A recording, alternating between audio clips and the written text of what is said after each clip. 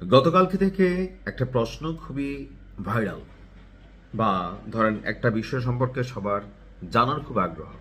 সেটা হচ্ছে যে বিএনপির যেই শপথ গ্রহণ অনুষ্ঠান, সেখানে কারা আমন্ত্রণ পাচ্ছে?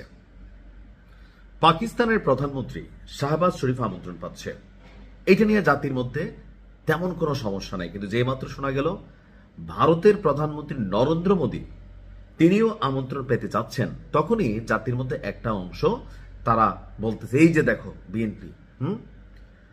কিন্তু জামাতের যে সকল নেতাকর্মীরা এই বক্তব্যটা দিচ্ছে, ঠিক নির্বাচনের একদিন আগে জামাতের যিনি আমির ছিলেন তিনি কি বক্তব্যটা দিছিলেন? গণমাধ্যমে আসে নাই যে জামাত যদি ক্ষমতায় যায় তাহলে ভারতের সাথে সুসম্পর্ক থাকবে, গড়ে তুলবে, এমনকি বাংলাদেশের জমিন ব্যবহার করে ভারতে কোনো নাশকতা করার সুযোগ হবে না। তো এই যে বক্তব্যটা দিছে, এটা কার পক্ষে গেল? এটা আসলে কূটনৈতিক পক্ষে গেল বা কূটনীতির পক্ষে।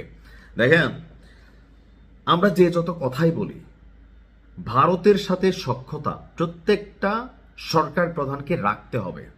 আপনাকে এখানে পারসেপশন বুঝতে হবে যে ভারতের সাপোর্ট ব্যতীত বাংলাদেশ এখানে ব্যবসা বাণিজ্য, ইকোনমি, আপনার হচ্ছে যে আপনার সীমান্তগত এরিয়া, তাদের সাথে বিভিন্ন নদীর যে চুক্তি, বিদ্যুতের চুক্তি, এমনকি বিভিন্ন পণ্য আমদানি রপ্তানি, এখানে ভারতের একটা বড় ভূমিকা বাংলাদেশের সাথে কানেক্টেড।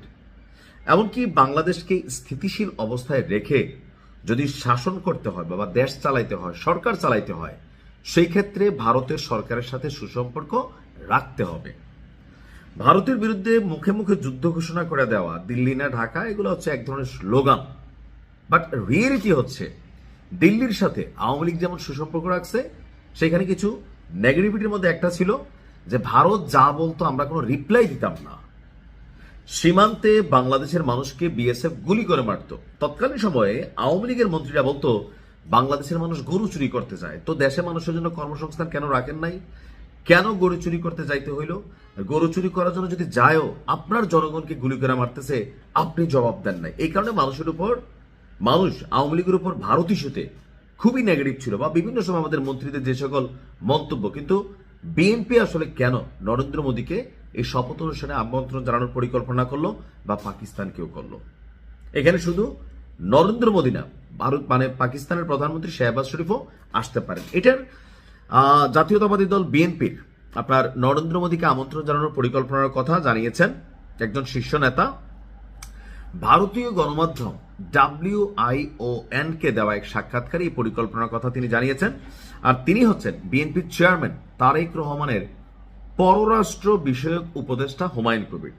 তো ওনার বক্তব্য হচ্ছে যে অন্তর্বর্তী সরকারের আমলে দীর্ঘদিনের উত্তেজনার পর বিএনপির এই উদ্যোগকে দুই দেশের মানে স্থবির সম্পর্কে যে স্বাভাবিক সম্পর্ক, সেই স্বাভাবিক সম্পর্ককে উষ্ণতা হিসাবে ফেরার ইঙ্গিত দেখা যাচ্ছে। তিনি বলছেন যে এই অঞ্চলটি আমাদের জন্য গুরুত্বপূর্ণ। তারেক রহমানের পররাষ্ট্রনীতি একটি গুরুত্বপূর্ণ অংশ। আমাদের লক্ষ্য এই অঞ্চলকে প্রভাবশালী অঞ্চলে পরিণত করা।